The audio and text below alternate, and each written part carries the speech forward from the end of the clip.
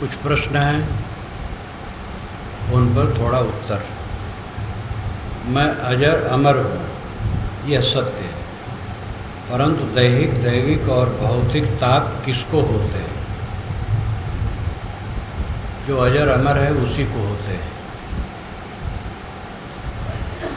जब वो निर्विकार है तो उसको ताप कैसे होता है? देह के कारण। देहोपाद से ताप उसी को होता है। जीव अगर शरीर में न रहे तो शरीर में कोई भी कष्ट हो, विकृत हो, किसको कष्ट होगा? देह तो जड़ है। मुर्दा को काट दो, उसको कोई पीड़ा होती है? उसमें जो चेतन है उसको पीड़ा होती है। देह से एकदम नत्थी है। मकान से हम उस ढंग से नत्थी नहीं है, लेकिन भावनात्मक नत्थी है। दूसरे के मकान से एक खपड़ा गिरे तो हमें कष्ट नहीं होता है, और हमारे मकान से एक खपड़ा गिर गया तो कष्ट होता है। मकान को कष्ट नहीं, खपड़ा को भी कष्ट नहीं, हमें होता है, क्योंकि हम चेतन हैं, जानते हैं, इसलिए हमें कष्ट होता है। तो जो जानता है सुख दुख उसी को होता है। आत्मा निर्विकार है, उसको सुख दुख नहीं, उसको कोई ताप नहीं। ये उसके मौलिक स्वरूप का वर्णन करते समय ये बात सच है। जीव का मौलिक स्वरूप देहातीत है, निर्विकार है, उसमें कोई कष्ट नहीं है, लेकिन देह धर करके उसको कष्ट है। इसीलिए देह से मुक्त होना काम है अपना खास, फिर देह न मिले। अगर दुनिया में राग है तो देह में आना पड़ेगा, और दुनिया का राग एकदम भुन जाए तो नहीं आना पड़ेगा। देह धर करके जीवन भर ठोकरे खाना और कुछ नहीं, केवल दुख दुख दुख। ऐसा जिसको निरंतर अनुभव होता है, उसकी सारी तृष्णा यहाँ की खत्म हो जाती है, और वो देह में रहते रहते मानो विदेह है। विवेक से देह को पहले ही वो छोड़ देता है, और देह जब छूट जाए, एक दिन मैंने कहा था कि मृत्यु झूठ है, मृत्यु है ही नहीं। देहाभिमान से मृत्यु का भय होता है, देहाभिमान छोड़ देने पर मृत्यु का कोई भय नहीं। अब इसका मतलब नहीं है कि ऐसा पुरुष जा रहा है रास्ते में, उधर से भैंसा आ रहा है तो भिड़ जाएगा, आग पड़ी है तो उसी चला जाएगा, ऐसी बात नहीं। देह है तब तक इसको संभालना पड़ता है, लेकिन उसको पीड़ा नहीं होती है मन में। मन में उसकी पीड़ा नहीं है, मन से वो पीड़ा रहित है। देह में रहते रहते विदेह भाव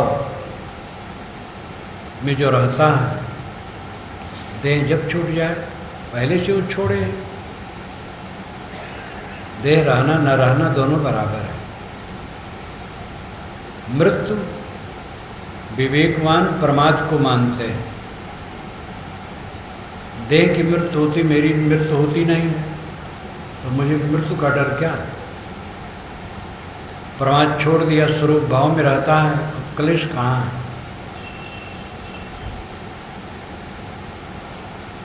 प्रमाद आया तो यही असली मृत्यु है। प्रमाद यानी भूल जाना, बीती बातों को सोचना, भविष्य की कल्पना करना, राग द्वेष में उलझना, ये दुनिया कूड़ा कचड़ा मन में ले करके इसी का जप करना, ये प्रमाद है। स्वरूप भाव में रहना, सब क्षणिक क्षणिक क्षणिक, कुछ साथ में नहीं। जो दिखाई देता है यद दृष्टम तन्नष्टम, यद दृष्टम जो दिखाई देता है तन्नष्टम, वो सब नष्ट है। नष्ट का आराज है, नफर कबरते तेज।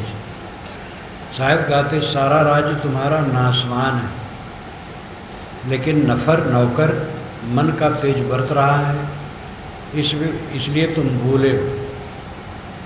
तो देह में रह करके जो दुख होता है, सुख होता है, वो आत्मा ही को होता है, जीव को ही होता है। अनुकूलता सुख है, प्रतिकूलता दुख है, बस और कुछ नहीं।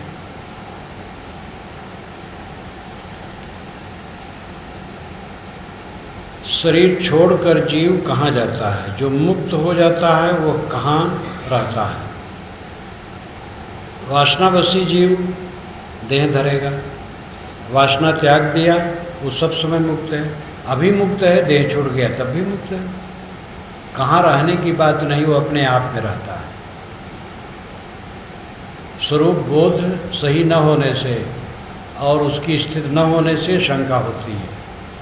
स्वरूप बोध ठीक से हो गया, मैं शुद्ध बुद्ध चेतन हूँ, असंग हूँ, अकेला हूँ, और इस भाव में वो रहने लगा और कुछ सोचने नहीं है।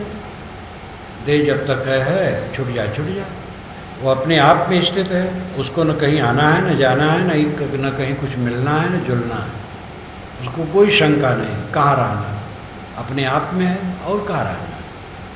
पृथ्वी कहाँ है? अपने में। सूरज अपने में है, चाँद अपने में है, तारे अपने में है, सब अपने में है।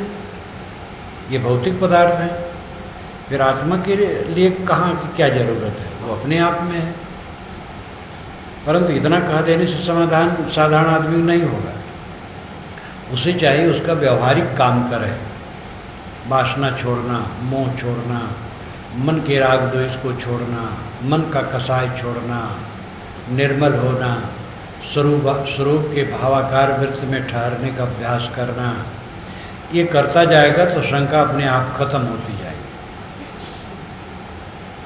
क्या पुनर्जन्म होता है? यदि होता है तो इसका प्रमाण क्या है? प्रमाण प्रत्यक्ष है। देहधारी सब हैं, ये मरते रहते हैं और फिर जन्मते हैं, तो कौन आता है?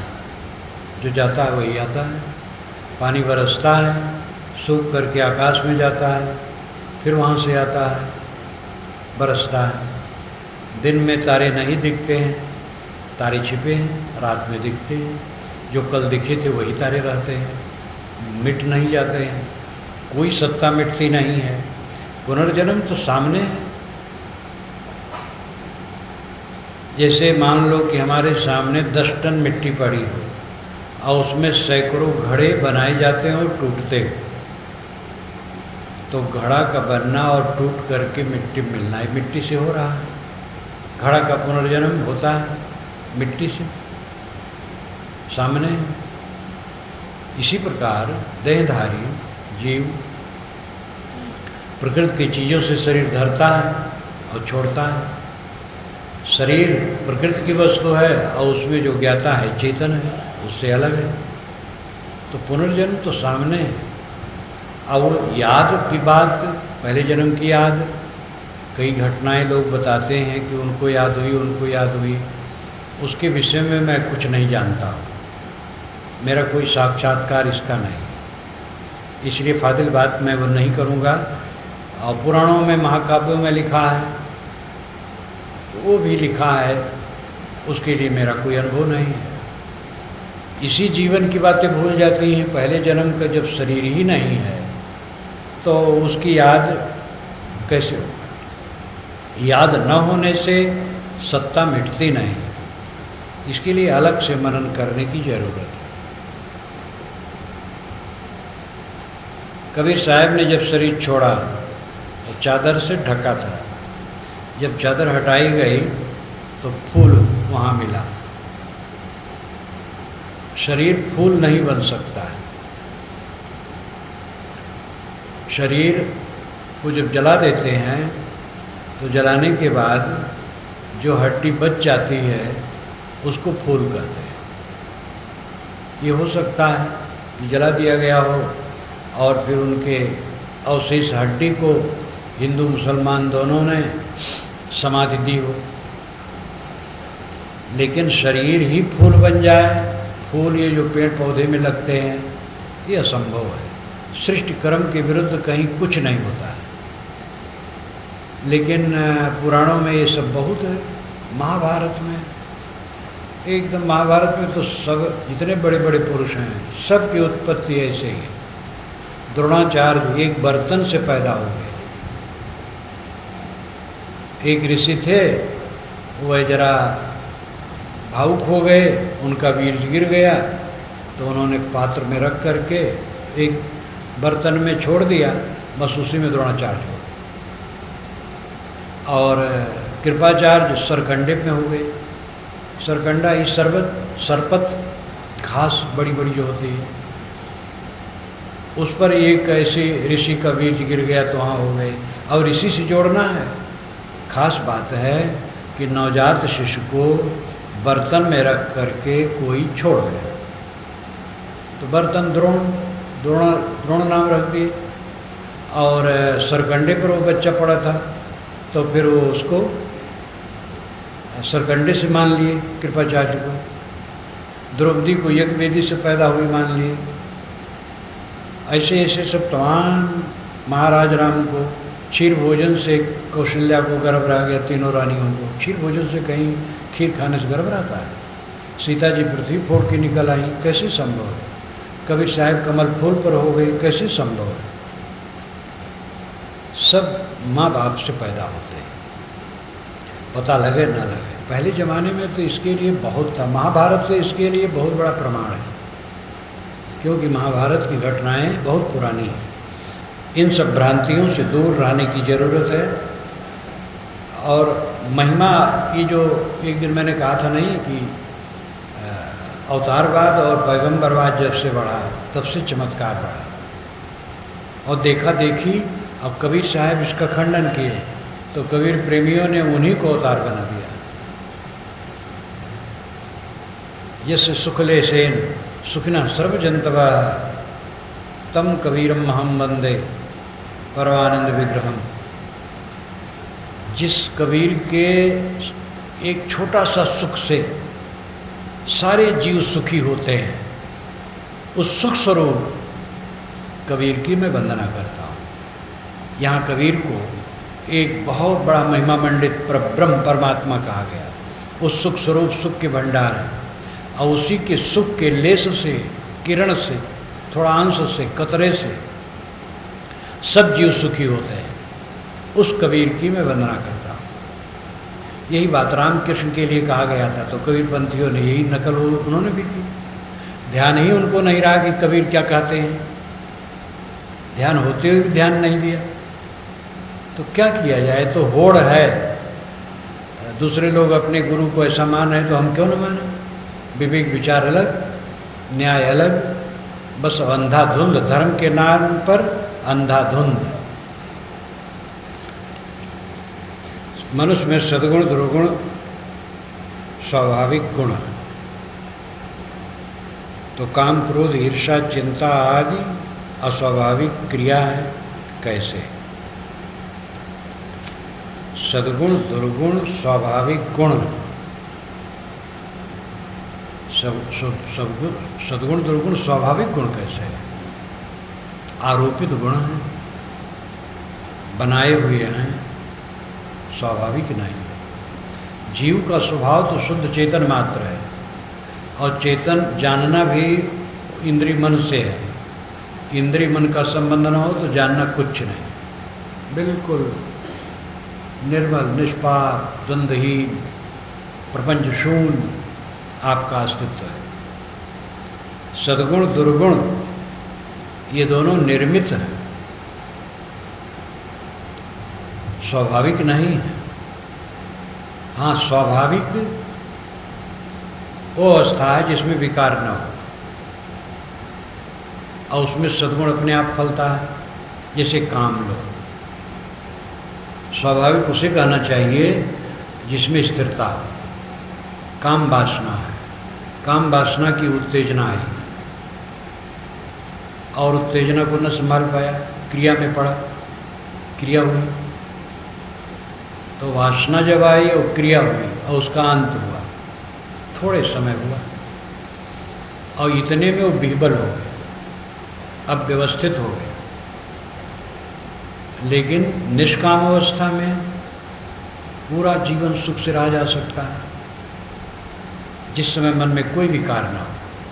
घंटों, दिनों, वर्षों पूरा जीवन सुख से रहा जा सकता है। काम विकार, आंदोलन क्षणिक, और उतने में भी बल। क्रोध आया, चित्त जल उठा। जितने क्षण क्रोध रहा उतने क्षण हम ठीक नहीं, सबस नहीं रहे। क्रोध रहित स्थित, चाहे जितनी लंबी स्थित हो, कोई दुख नहीं। तो विकार जो आते हैं ये निर्मित है हमारे अज्ञान से, ये स्वाभाविक नहीं है। स्वाभाविक हो तो दूर ही नहीं होंगे। काम वासना पर विजय, क्रोध पर विजय, लोभ मोह पर विजय साधक करके कृतार्थ होता है। इस शरीर गढ़ की लड़ाई में जो विजयी हो वही तो धन्य है। बाहर की विजय कुछ नहीं, बेदम है। बड़े बड़े विजेता थोड़ी देर में स्वयं मर गए या मार डाले गए और उनका सब लुट गया। जिसने अपने पर विजय प्राप्त की वो धन्य हो गया।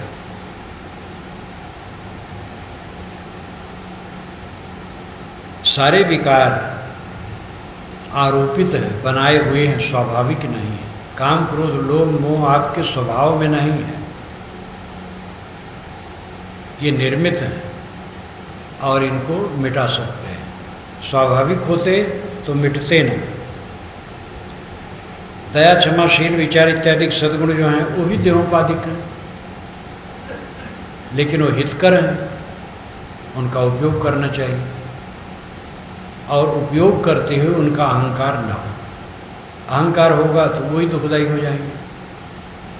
सद्गुणों का अहंकार आने से फिर सूक्ष्म वासना बलवती होने लगती है, अपने को बड़ा मनवाने की चेष्टा, और ये सबसे खतरनाक चीज़ है। स्थूल दुर्गुण में फंसा हुआ आदमी उसको छोड़ के उद्धार पा सकता है, लेकिन सद्गुणों के अहंकार में डूबा आदमी उसका उद्धार नहीं होता है, क्योंकि वो तो सद्गुण है। वैराग का अहंकार हो गया। वैराग का अहंकार, जहाँ ये माना जाता कुछ अपना नहीं, वहाँ अहंकार की क्या गुंजाइश। लेकिन नकली वैराग, कुछ त्याग, कुछ तपस्या, कुछ तितिक्षा, उतने वैराग मान लिया। तो सद्गुण का भी अगर अहंकार होगा तो वही बंधन हो जाएगा। जितनी मन की वृत्तियां हैं ये आत्मा में नहीं है स्वाभाविक, ये आत्मा से अलग है। सारे विकारों को आप दूर कर सकते हैं।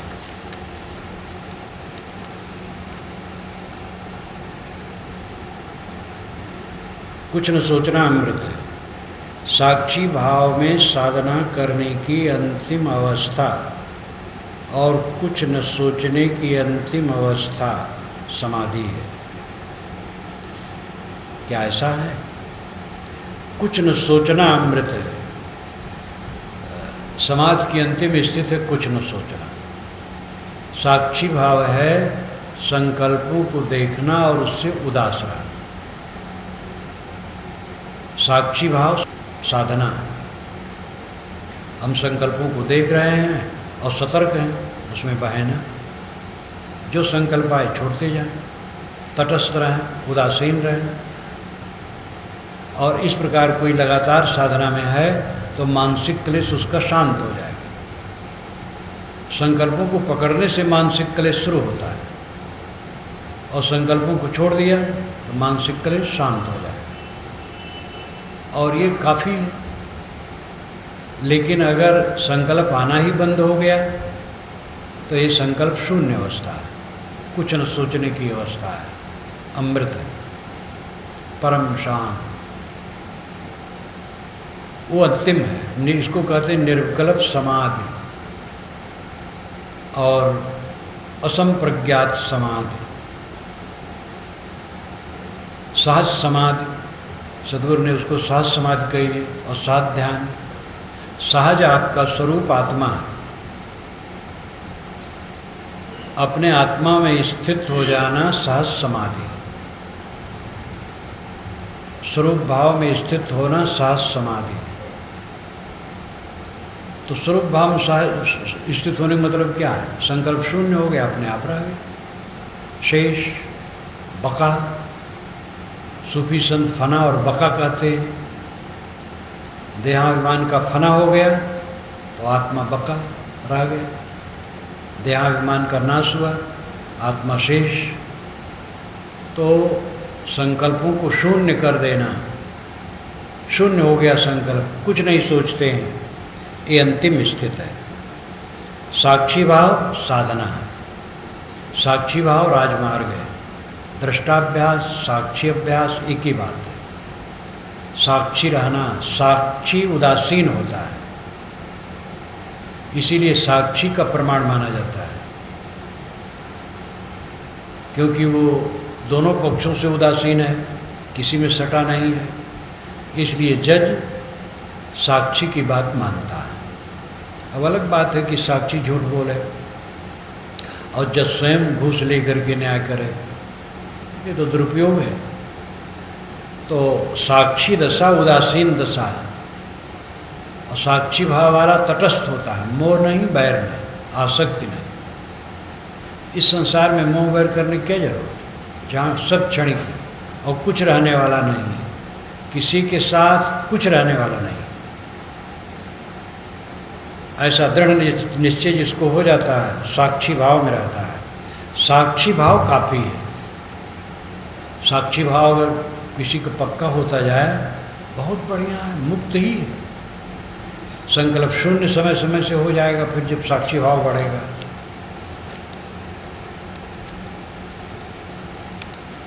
गीता के प्रमुख सिद्धांतों की कृपा कर इस ध्यान शिविर में आलोचनात्मक व्याख्यान देने का कष्ट कर। गीता में अनेक सिद्धांत हैं, उस समय जो व्याप्त अनेक सिद्धांत थे, लेखक ने सब गुम्फित कर दिया। गीता का लेखक विद्वान था, बहुज्ञ था, साधक भी था, श्री कृष्ण का भक्त था, इसलिए बीच बीच में श्री कृष्ण की भक्ति खूब दृढ़ की। और ये ईसा के 200-300 वर्ष पूर्व से लेके 300-400 वर्ष बाद तक होता रहा। महाभारत में तो कितने ऐसे उपाख्यान हैं और कितनी चीज़ें हैं जो गुप्त काल में लिखी गई है, उसकी पूरी परख है, लिखते पढ़ते समझ में आता है। ऐसी चीज़ों का गीता में आया है कि ये ब्रह्मसूत्र में है, ब्रह्मपद में है ये बात। और ब्रह्मपद बादरायण का लिखा हुआ है, जो हिंदू 6 शास्त्रों का अंतिम शास्त्र है।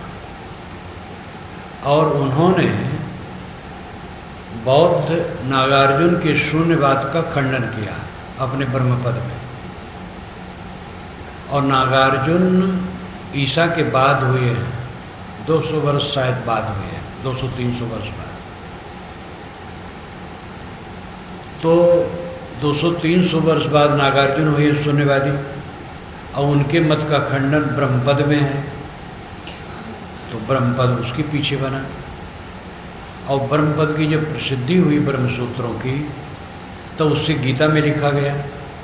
छपा खाना तो होता नहीं, इधर लगो उधर छप जाए, फैल जाए 2-4 महीने में। कापी में लिखा जाता था, अनुरागी लोग लिखते थे, नकल करते थे।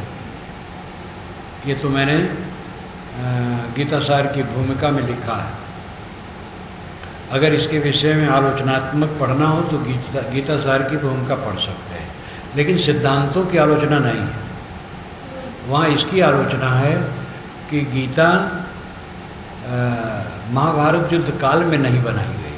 युद्ध काल में भला 700 श्लोक कोई कहेगा, और श्लोक बना बना के कहेगा वहाँ, और वहाँ एकदम जीवन मुक्त स्थिति का वर्णन है, उसकी वहाँ क्या ज़रूरत होगी। ये तो गीताकार को उसमें रखना था, तो युद्ध का पुट दे दिया है, इस पर उसमें ज़्यादा है। और इस समय गीता में उपस्थित सारे सिद्धांतों की समीक्षा करना संभव नहीं, क्योंकि ये जो सत्र चल रहा है ये दूसरा विषय है, क्योंकि गीता में अनेक सिद्धांत हैं और गीता अर्थ अति दुर्विज्ञेयम, स्वामी शंकराचार्य कह डाले अति दुर्विज्ञेयम। तो गीता के श्लोक दुर्विज्ञ नहीं है, लेकिन उनमें जो सिद्धांत है भिन्न भिन्न। स्वामी शंकराचार्य एक सिद्धांत वाले थे, अद्वैत ब्रह्मवाद, निर्विशेष ब्रह्म, और उसमें सब प्रकार का सांख्य दर्शन पूरा है जो उनके बिनमत का बिल्कुल विरोधी है। त्रैतवाद है, क्षर अक्षर निहक्षर, क्षर क्षरणशील और अक्षर जो अविनाशी हो, क्षरणशील प्रकृति है, अविनाशी आत्मा है। क्षर अक्षर, उसके बाद निहक्षर, निहक्षर की कल्पना एक अतिरिक्त है। अगर आत्मा से अलग परमात्मा माना जाए तो वो भी अक्षर ही है, अविनाशी ही है, निहक्षर की क्या आवश्यकता है। लेकिन निहक्षर शब्द लेकर के सिद्धांत था तो रखा गया। ऐसे अनेक मत हैं, तो उन मतों की समीक्षा यहाँ संभव नहीं। अब बात आती है अपने ऊपर, हमें करना क्या है। दुख से छुटकारा जीवन का परम लक्ष्य है। पुरुष का पुरुषार्थ क्या है। आप सब पुरुष हैं, नारी हो चाहे पुरुष हो, सब पुरुष हैं। इसलिए आत्मा को पुरुष कहा गया है। वेद में भी आया है, गीता में भी आया है, अन्य शास्त्रों में आया है। पुरुष का शाब्दिक अर्थ होता है आगे आगे ज्ञान प्रकाश करने वाला, या शरीर रूपी पुर में शयन करने वाला। दो ढंग से अर्थ किया जाता है। पुरुष में पुर और उष, ये दो पद मिलकर के बनता है पुरुष शब्द। पुर का मतलब आगे, उष नाम जलाना है, इसीलिए उषा कहते हैं, जलाने वाली को उषा कहते हैं। सूरज की किरणें बाहर नहीं आती हैं, अभी सूरज धरती से आड़ में है, लेकिन उसकी आभा आकाश में आ जाती है, उसको उषा कहते हैं। उषा प्रकाशित करने वाली, जलाने वाली। उस जलाना, उषा जलाने वाली, पुर उस आगे ज्ञान प्रकाश करने वाला आत्मा पुरुष है। दूसरी परिभाषा है पुरुषेति पुरुष, शरीर रूपी पुर में शयन करता है, इसलिए पुरुष है। तो आत्मा पुरुष है। और अर्थ उसका क्या है, प्रयोजन, दुख से छूटना, पुरुषार्थ से कहते हैं। हमारा पुरुषार्थ क्या है। पुरुषार्थ का एक अर्थ होता है परिश्रम। ये बड़े पुरुषार्थी हैं, बड़े मेहनती हैं, लेकिन पुरुषार्थ का शुद्ध अर्थ है पुरुष का प्रयोजन, आत्मा का प्रयोजन। आत्मा का प्रयोजन दुख से निवृत्ति है, दुख से छूट जाना है, और कोई प्रयोजन नहीं। ये किसी को नहीं चाहता है। इस पर मनोहर कहानी बृहदारण्यक उपनिषद में आती है। याज्ञवल्क्य की दो पत्नियां थीं, मैत्री और कात्यायनी। याज्ञवल्क्य यज्ञ करने वाले, बहुत बड़े बड़े यज्ञ करते थे रजवाड़ों यहाँ। यज्ञ में तो उनकी महिमा थी, और उन्हीं से जुड़ा हुआ शतपथ ब्राह्मण है जो 100 अध्यायों का है, और यज्ञ का ही सब है। अंतिम में जो अंश है वो उपनिषद का है, और वही बृहदारण्यक बन गया है, बृहदारण्यक उपनिषद। तो याज्ञवल्क्य महाकर्मकांडी और यज्ञ वाले थे, और ज्ञानी भी धुरंधर थे। जनक की सभा में उन्हीं की तूती बोलती थी। याज्ञवल्क्य उद्दालक के शिष्य थे। उद्दालक पंचाल के थे, दिल्ली के पूरब तरफ के रहने वाले। याज्ञवल्क्य भी वहीं के थे, लेकिन मिथिला में उनका ज़्यादा अड्डा हो गया था, और जनक की सभा में उनकी बड़ी प्रतिष्ठा है। जनक को पूरा आत्मज्ञान याज्ञवल्क्य ने दिया। याज्ञवल्क्य की उम्र जब काफ़ी हो गई होगी, उन्होंने दोनों पत्नियों को बुला करके धन आधा आधा बांट दिया और कहा मैं बांट देता हूँ जिससे तुम लोगों को आपस में खटपट न हो, मैं विरक्त होना चाहता हूँ। कात्यायनी साधारण बुद्धि की थी, वो कुछ नहीं बोल सकी। मैत्री समझदार थी, उसने कहा भगवान आप धन को छोड़ के जा रहे हैं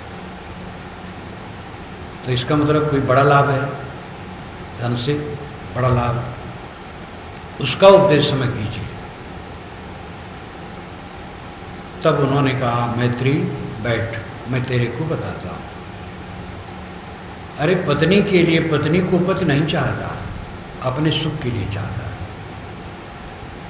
अरे पति के लिए पति को पत्नी नहीं चाहती, अपने सुख के लिए चाहती। इसी प्रकार पुत्र को पुत्र के लिए कोई नहीं चाहता, धन को धन के लिए कोई नहीं चाहता, देवता को देवता के लिए कोई नहीं चाहता, ब्रह्म को ब्रह्म के लिए कोई नहीं चाहता है, सब अपने सुख के लिए चाहते हैं। ये उन्होंने लंबा कहा, आत्मा के लिए चाहता है, यानी आत्मा के सुख के लिए। इसलिए आत्मा वारे द्रष्टव्य, श्रोतव्य, मंतव्य, निधिध्यास्तव्य। अरे मैत्री, आत्मा ही के लिए जब सब कुछ चाहते तो आत्मा ही देखने सुनने मनन करने योग्य है। सब कुछ हम किसके लिए चाहते हैं? आत्मा के लिए। अब आत्मा समझते ही नहीं है। हम आत्मा को समझें, आत्मा का मनन करें, आत्मा को देखें सुनें। देखें सुने मतलब है विचार करना।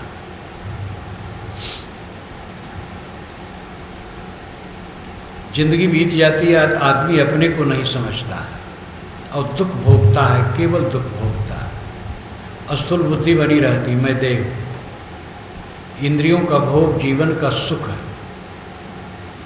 प्रतिष्ठा मिले, बहुत लोगों के ऊपर मैं रहूं, कुछ मालिक बनूं, मेरा दबदबा हो, सत्कार हो, ये सब देह बुद्धि का लक्षण है।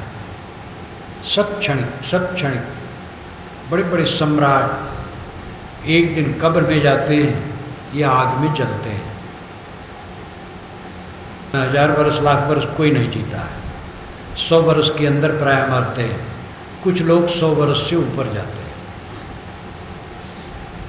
लेकिन अगर कोई हजारों वर्ष जिए, मरना तो है, यद्यप हजारों वर्ष कोई जीता ही नहीं। ऐश्वर्य जो मिलता है जीवन के आखिर में मिलता है। संत लाओ त्से ने कहा है कि आदमी माया का संग्रह करता है, प्रौढ़ जब होती है उसकी माया, तब टूटने का समय आ जाता है। जब वो संपन्न होता है तब भोग से छूटने का समय आ जाता है। सब इंद्रियां कमजोर हो जाती हैं और थोड़े दिन में मर जाता है। जहाँ संपन्नता हुई तहाँ यहाँ से रुस्वती की स्थिति आ गई, चलने का समय आ गया। यहाँ सब कुछ तो क्षणिक है। किस पर हमारा अधिकार है? अधिकार जमा की क्या फायदा होगा? कुछ लोग हमारे सामने सिर झुका दे तो क्या मेरा लाभ होगा? भोग की कामना, प्रतिष्ठा की कामना, दोनों गंदगी है। अपने को पहचानो, आत्मा को पहचानो और अपने मन को समेट करके आत्मलीन करो। आत्मलीन व्यक्ति परम सौभाग्यशाली है। महान उपलब्धि उसने पाई, उसको महान उपलब्धि हुई जो अपने आप में लीन है, आत्मलीन है। जो तू चाहे मुझको छाड़ सकल की आश, मुझे ही ऐसा होए रहो सब सुख तेरे पास। जब लग दिल पर दिल नहीं तब लग सब सुख ना है। दिल पर जब तक दिल ना होगा सब सुख नहीं मिलेगा। सब सुख का मतलब है निश्चिंत सुख। दुनिया का सुख निश्चिंत नहीं है, चिंता युक्त, सब छिन जाने वाला, बिगड़ जाने वाला, परावलंबी और क्षणिक। लेकिन आत्मानंद का सुख, चित्तवृत्त निवृत्त का सुख, वासनाहीन दशा का सुख, आत्मलीनता का सुख, ये निर्भय है, अनंत है, परम कल्याणमय है। इसलिए जो जीव का पुरुषार्थ है दुख की निवृत्ति, दुख से छूट जाना। और दुख से छूटने का एक ही रास्ता है, अपने को पहचाने और अपने को समेटें। व्यवहार जीवन के साथ है। व्यवहार जिसका उलझा है वो स्वरूप स्थित नहीं पा सकता है। व्यवहार विवेक पूर्वक होना चाहिए, समझदारी से होना चाहिए। संग कुसंग का ज्ञान, कुसंग त्याग करके शुद्ध संग ग्रहण, खाद्य खाद्य पेय अपेय का ज्ञान और हर प्रकार से विवेक, समता से रहना लोगों में। जिन लोगों के बीच में हम रहते हैं भिन्न स्वभाव, विचित्र स्वभाव, इस विचित्रता भरे संसार में, परिवार में, समाज में अगर हम समता से नहीं रहेंगे तो उलझ जाएंगे। हमारे मन में कड़वाहट ना आए, किसी के लिए कड़वाहट ना आए, सबके साथ सुंदर बर्ताव करें। किसी की गलती हो प्रेम से रास्ते पर लाने की चेष्टा करें, कड़वाहट से नहीं। कड़वाहट से कभी सुधरता नहीं, कोई बिगड़ता है। गरम लोहा को काटने के लिए ठंड लोहा चाहिए। आप गुस्सा कर रहे हैं दूसरे पर क्योंकि वो गलत है, गुस्सा करके कहीं लाभ होगा? आप सौम्य हो जाइए, शीतल हो जाइए और मधुर हो जाइए, तब उस पर प्रभाव भी पड़ सकता है। उसके ऊपर आप गुस्से में हैं, क्या सुधरेगा? और तनाव बढ़ेगा। इस विचित्रता भरे संसार में रह करके कोई अपनी नाक की सिधाई में सबको चाहे, असंभव है। उसमें समाधान करके रहना पड़ेगा, समता से रहना पड़ेगा। तुलसी या संसार में भांति भांति के लोग, सबसे हिलमिल चालिए नदी नाव संजो। बहुत बढ़िया दोहा है उनका। गोस्वामी जी कहते हैं यहाँ संसार में भांति भांति के लोग हैं, सबसे हिलमिल के चलो, नदी नाव संजो। जिन बातों को लेकर के आप आज उलझते हैं, 2-4 वर्षों में उनका कोई मूल्य नहीं रहेगा। कभी कभी तो 1-2 महीनों में नहीं रहता है, कभी कभी तो 1-2 घंटे में नहीं रहता है। जिसको लेकर हम उलझते हैं 1-2 घंटे में लगता है कि बहुत गलत हुआ। जो अपने व्यवहार को बिगाड़ लेगा उस स्वरूप स्थित शांति में नहीं रह सकेगा। व्यवहार का इतना घनिष्ठ संबंध है, उसको छोड़ा नहीं जा सकता है। संयमित करते करते भी व्यवहार रहेगा, मनुष्यों का संबंध रहेगा और मनुष्यों की विचित्रता रहेगी। उनके बीच में रह करके समता से चल करके ही शांति मिलेगी। अगर हमने समता का त्याग कर दिया तो हमारी उलझन बढ़ जाएगी, अशांति बढ़ जाएगी। जो हम खुद अशांत हो गए तो समस्या का समाधान क्या करेंगे? स्वयं शांत रहें, समस्या का समाधान तो समस्या में खुद है।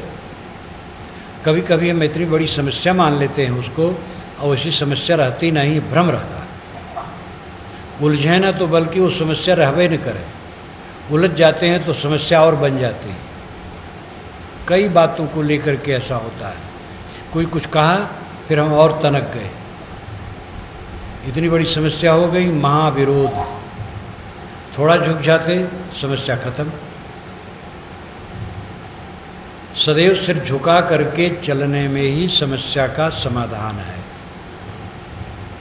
समता से चलें, संयम से रहें, खान पान, बोली, बर्ताव, रहन सहन, उठना बैठना, मिलना जुलना, सब विवेक पूर्वक। कुसंगी व्यक्तियों की संगत न करें, चाहे वो साधु वेश में हो। अगर वो कुप्रवृत्ति के हैं तो उनकी संगत नहीं करें। साधु वेश में ऐसे लोग हैं जो खराब प्रवृत्ति के लोग हैं, तो साधु वेश होने से वो मान्य थोड़े हो जाएंगे। साधु वेश में हो, गृहस्थ वेश में हो, स्त्री हो, पुरुष हो, कोई भी, खुराफाती लोगों से बचना चाहिए, बच के रहना चाहिए, नहीं तो उसमें उलझोगे। ऐसे लोगों से तटस्थता, उपेक्षा। उपेक्षा का मतलब घृणा नहीं है, उपेक्षा का मतलब है मानो है ही नहीं, उसकी चर्चा नहीं करना, उसकी अच्छाई बुराई कुछ न कहना। सामने मिल गया, दंड प्रणाम हो गया, लेकिन उससे संबंध ही न रखना, ये उपेक्षा है। खुराफाती आदमियों से उपेक्षा, सज्जनों से मैत्री भाव, समभाव, और बहुत प्रेम के चक्कर में डूबना, ये फिर उलझन पैदा करना है। शुद्ध प्रेम, समता, ये रहनी में बहुत जरूरी है। बोध मात्र से काम नहीं बनेगा। ज्ञान हो गया मैं अजर अमर हूँ, निर्विकार हूँ, निर्मल हूँ, इससे काम नहीं बनेगा। बोध की तो ज़रूरत है, लेकिन रहनी की ज़रूरत है। सारी रहनी व्यवहार में बरतती है। अगर रहनी ठीक नहीं है तो व्यवहार गड़बड़ हो जाए, और व्यवहार गड़बड़ हुआ फिर दिमाग में उलझन बढ़ेगी। इसलिए व्यवहार संभाल के रखो, समता से, शील से, संयम से, सुसंग करके, कुसंग त्याग करके, और हर बात में अपने को सावधान रखो। पुरुषार्थ है दुख की निवृत्ति। पुरुष का प्रयोजन है दुख से छूट जाना। देह जो सामने है, इसमें रोग व्याधि लग सकते हैं। एक रोग होता है जो असंयम से होता है, वर्तमान के असंयम से। ऐसा भी रोग होता है हम कोई असंयम नहीं करते और हो जाता है, उसको हम प्रारब्ध जनित मानते हैं। असंयम से बचे, संयम से रहे। जो प्रारब्ध जनित रोग है उसको सह लेना है, औसत संयम करते हुए। शरीर तो सामने है, उसका दुख सुख मिट जाएगा, वो महत्वपूर्ण नहीं है। महत्वपूर्ण है मन। अगर मन दुखी है तो सब गड़बड़ है। मन दुखी ना हो। मन दुखी होता है हमारे पाप से। हमारा पाप है जो मन दुखी है। वो पाप कोई चोरी व्यभिचार ही नहीं। मोह मानना पाप है, बैर मानना पाप है, मन में राग होना हल्का हल्का पाप है, अहंकार करना पाप है। थोड़ा अहंकार की वो पाप आ गया, मन दुखी हो गया। जहाँ अहंकार में ठेस लगी, बस सांप की तरह फनफना करके मन खड़ा हो जाएगा। पाप हमारा दुख के रूप में खड़ा होता है। जिस समय हमारे मन में दुख आए, हमें परीक्षा करनी चाहिए हमारा कौन सा पाप है। दूसरा दोषी नहीं, दूसरा आदमी सामने ही कट कहता है और लोगों के बीच में गलत कह रहा है, और अगर हम दुखी हैं तो हम पापी हैं। हमारा अहंकार है। लोगों के बीच में हम बुरे माने जाएं, इसमें क्या नुकसान है। हम बिल्कुल बुरे माने जाएं तो भी हमें भोजन, वस्त्र और आवास मिलेंगे, इसमें कमी नहीं रहेगी। अंदर से हम शुद्ध हैं, बस ठीक है।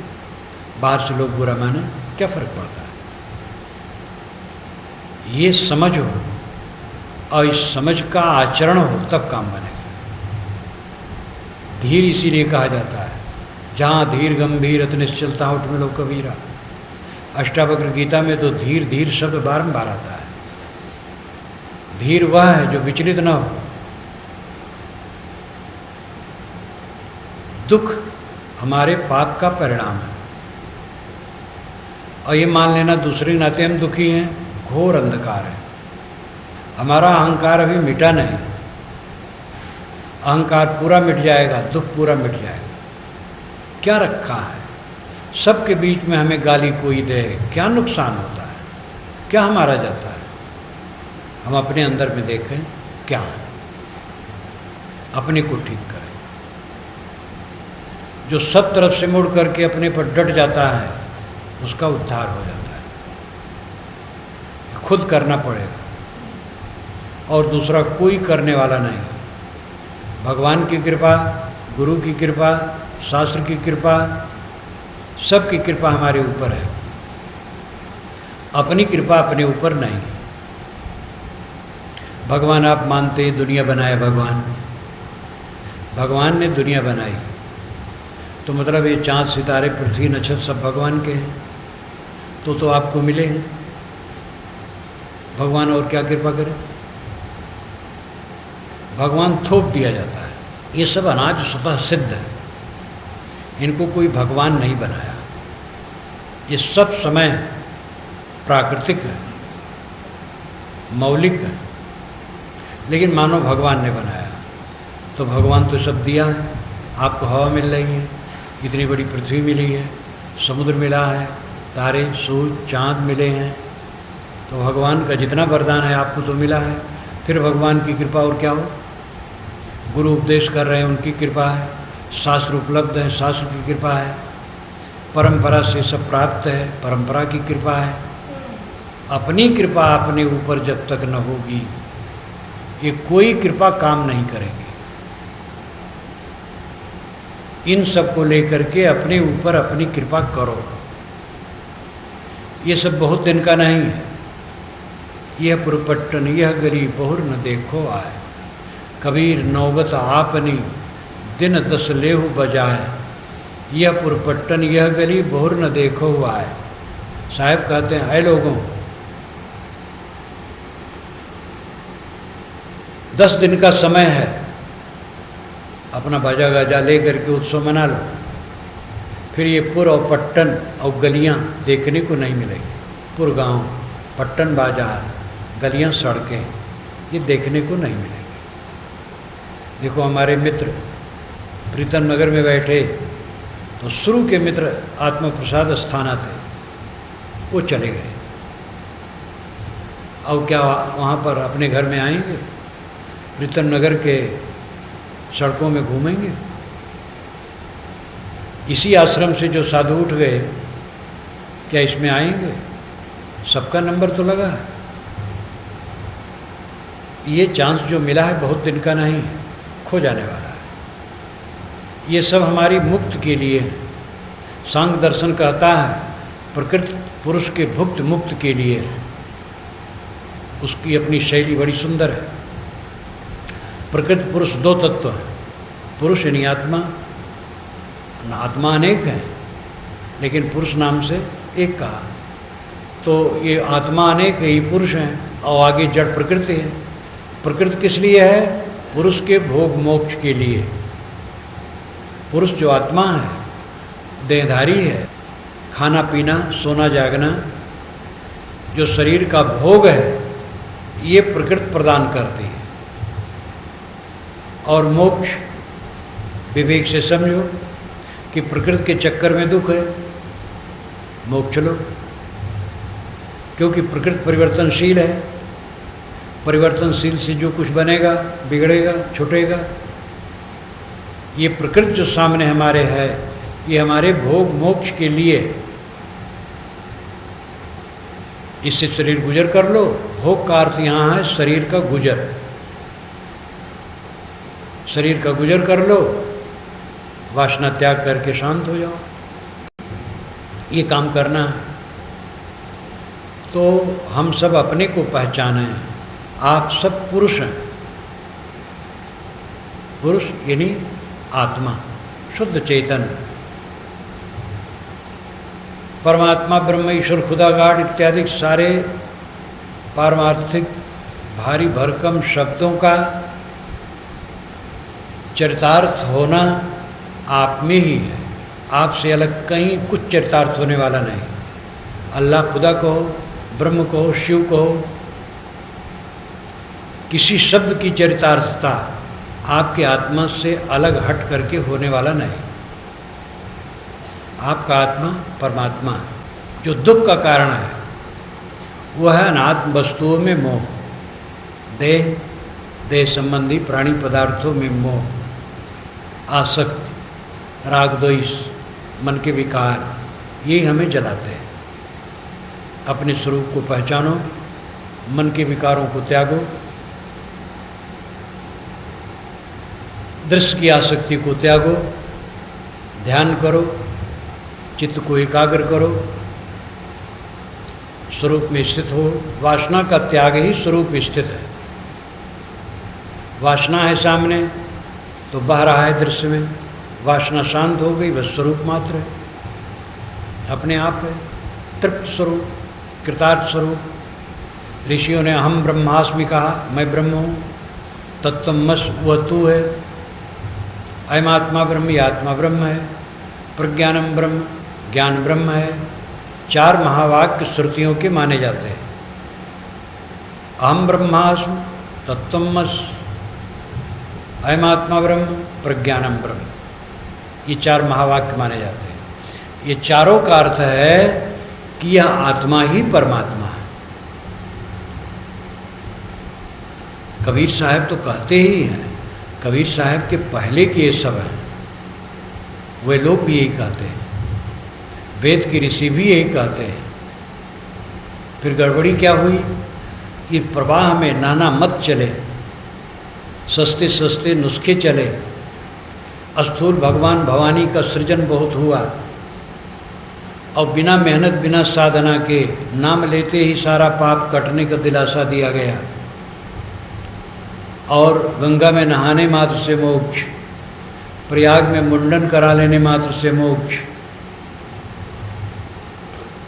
18 पुराण और महाभारत इनसे छांटे जाएं तो 40,000 श्लोक निकलेंगे जो दिमाग खराब करा हुआ, भटकाने वाले हैं, और इसलिए आदमी भटक गया। और जो नकली गुरु हैं, जो भगवान के अवतार बने बैठे हैं आजकल, रामकृष्ण तो अपने कभी भगवान नहीं कहे, पीछे भक्तों ने कहा तो उनके मुख से कहलवा दिया। कबीर अपना कभी भगवान नहीं बने, उनके भक्तों ने उनसे कहलवाया। ये तो पीछे पीछे उन लोगों से कराए, निर्दोष थे। राम, कृष्ण, बुद्ध, महावीर, कबीर इत्यादि ये निर्दोष थे, पीछे से उनके मुख से लोग कहलवाए। लेकिन आजकल के जो गुरु लोग कितने हैं भगवान बने बैठे, तो स्वयं चमत्कार का झांसा दे करके लोगों को बेवकूफ़ बनाने में लगे। तो धर्म के मार्ग में, साधना के मार्ग में, ज्ञान के मार्ग में भटकाव बहुत हो गया। लेकिन शास्त्रों में, परंपरा में सच्चे ज्ञान के हीरे मोती हैं, आप पारखी बन करके उसको ले। कबीर ने वही काम किया और पारखी हो करके परख करके रखे, इसलिए उनकी वाणियाँ झार आए एकदम परख के। कहीं अपना आप नहीं दिखा सकते हैं कि उसमें 2 नंबर का है। इसमें याद आया, एक ब्राह्मणी यहाँ रहते थे, शायद ब्राह्मण देवता नहीं रह गए, ब्राह्मणी भी 2-3 वर्ष से नहीं आई हैं। वह हमारी बीजक व्याख्या दोनों खंड खूब पढ़ते थे। तो ब्राह्मणी कहे, महाराज बाबा के माल में 2 नंबर का माल नहीं है। कबीर साहब को बाबा कहते थे। तो बीजक व्याख्या पढ़े तो कहे, मैं और ग्रंथ पढ़ती हूँ, उसमें 2 नंबर का माल बीच बीच में है, लेकिन बाबा की वाणी में 2 नंबर का माल नहीं है। यानी कबीर वाणी में चमत्कार की बात नहीं है, झांसा की बात नहीं, निर्णय की बात है। कबीर ने वही काम किया, आप भी वही कर सकते हैं। और परंपरा में वो चीज़ें हैं, वेद शास्त्रों में हैं, पुराणों में, पुराण में भी हैं, ऐसी बातें हैं, जंजाल की भी बातें हैं। यही तो निर्चिर विवेक करना है और मनुष्य का एक काम है। इसलिए विवेकी बने, सार लें, असार छोड़ें, अपने को पहचानें, वासना का त्याग करें, इसी जीवन में शांति लें। शांत जीवन का परम सुख है, यही जीव का पुरुषार्थ है। दुख से मुक्ति मन में दुख न रहना कभी, कितना उत्तम जीवन है। उठते बैठते चलते फिरते लेटे मन दुखी न हो जिसका, धन्य है ये काम सब करें।